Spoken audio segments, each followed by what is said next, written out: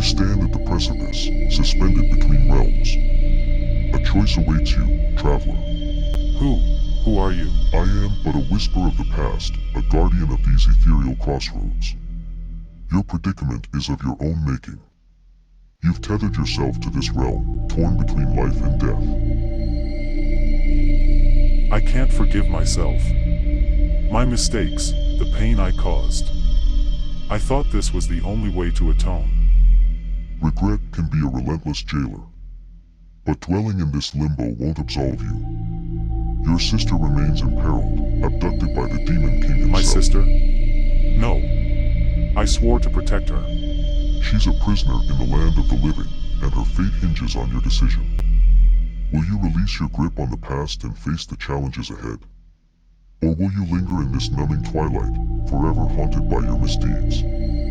Can I truly make amends? Can I save her? The threads of destiny are entwined with choices, not regrets. Your heart's desire to protect her can guide you, if you dare let go of your past transgressions. I will. I will return. I'll fight for my sister. For redemption. Your choice ignites the embers of your spirit. Embrace the light that still burns within. The journey ahead won't be easy, but it's a path of healing and growth. Lead the way. I'm ready.